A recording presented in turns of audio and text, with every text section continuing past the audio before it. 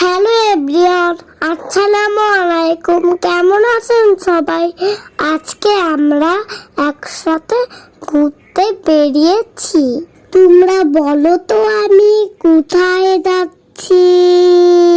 আমি আমার পছন্দের জায়গায় চলে এসেছি ফুচকা খেতে। আমার আম্মু এসেই ফুচকা চটপটি সব অর্ডার করে দিয়েছিল, কিন্তু দোকানে এত ভিড় ছিল কি আর বলবো। তারপর থেকে অপেক্ষাই শুধু করে যাচ্ছি ফুচকা চটপটি কখন আসবে। দোকানে এত ভিড় ছিল যে আমার বিরক্ত লাগছিল। কখন যে আসবে, তাই না? কখন ফুচকা নিয়ে আসবে বুঝতেই পারছি না। বিরক্ত লাগছে আমাদের, তাই না?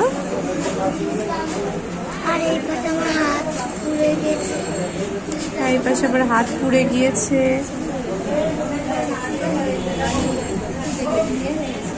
তারপরেও আমরা মন ভালো করার জন্য ফুচকা খেতে এসেছি, তাই না?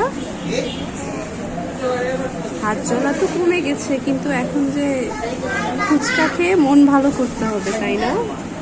বিরক্ত লাগতে লাগতে আমরা কয়েকটা সেলফি তুললাম, তারপর আপনাদের সাথেও কয়েকটা সেলফি তুলে নিলাম। ছবিগুলো স্মৃতি হয়ে থাকবে। অবশেষে ফুচকা চলে এসেছে। এই যে আমাদের ফুচকা চলে এসেছে, এখন আমরা খাবো। এই যে আমাদের চটপটিও চলে এসেছে,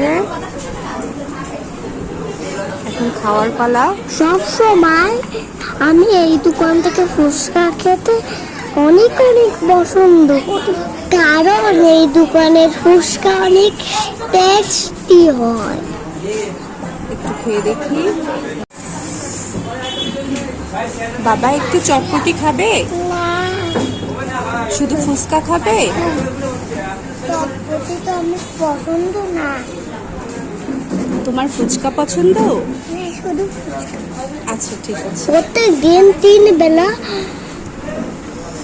এরা বাসা থেকে এনে এই দোকানে ফুচকা সার্ভ করে। এখানে এই দোকানে কখনো খেয়ে দেখো তো কেমন। বাসি খাবার পাওয়া যায় না, সবসময় ফ্রেশটা পাওয়া যায়। খাওয়া দাওয়া শেষে আমি বাজারে একটু কেনাকাটা করতে বের হলাম। এই দোকান রেখে ও দোকান আমি ঘুরে ঘুরে সব দেখলাম, কিন্তু কেনার মতো আমার কিছুই পছন্দ হলো না। আমার শুধু গাড়ি আর খেলা ছাড়া কিছুই ভালো লাগে না।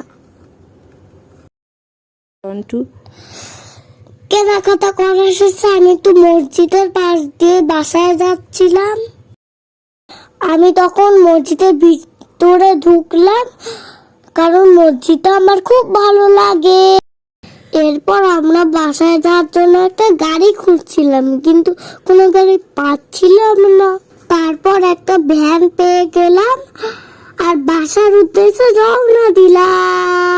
শেষ হয়ে গেল আমার আজকের মতো ঘোরাঘুরি। চলে যাচ্ছি বাসায়, তাই না বাবা? Thanks for watching me. Bye bye, tata, আল্লাহ হাফেজ।